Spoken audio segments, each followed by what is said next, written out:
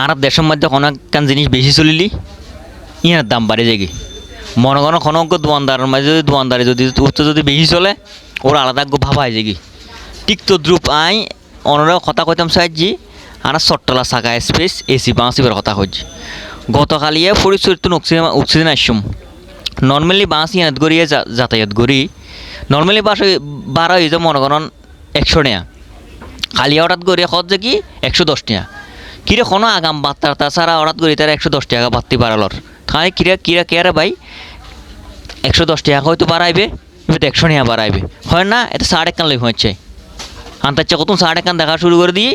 হয় যে না 110 টাকা তার চেয়ে মানে রিসিপ্ট জিয়েন আছে টিকিট জিয়েন আর কি টিকিটের মাঝে লেখা আছে 100 টাকা লজ্জা 110 টাকা কিয়ারে ভাই ব্যাংক হয়তো আর নিশ্চয় কোনো গাবলা আছে ইয়ার নম্বর দিয়ে আর টিকিটটা আমার রিটার্ন দিয়ে রে আর লোকাল বাসত করে চলে এলাম তো বিষয়গান নিয়ে জানতাম তাহলাম যে এই গাবলাবো কোন জায়গাত 10 টাকা বা কোন আকার এটার মনে করেন রিসিপ্ট বাউচার অথবা মনে করেন টিকিট জিয়েন ইয়ার মধ্যে 100 টাকা আছে কিন্তু এর মধ্যে 110 টাকা লেখা নাই কিন্তু গ্রাহক তো লইরা যে তারা 110 টাকা এই বিষয়গুলো নিয়ে কিন্তু আমি জানতাম চাই তারার গাড়ি বেশি চলে যেই এটার এত অহংকার আগি আমি যতটুকু মনে করি এটার সাধারণ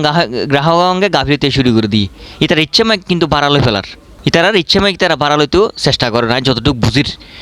মনে করেন বারা 100 টাকা আইবে রাতারাতি কেন 110 টাকা হয়ে গিয়ে বাড়াইবে কোনো আগাম বার্তা ছাড়া তো এইবে নাকি 1 তারিখ তো হইতে এটারা বলে কার্যকারী করছি 110 টাকা তো ঠিক আছে আমি পারা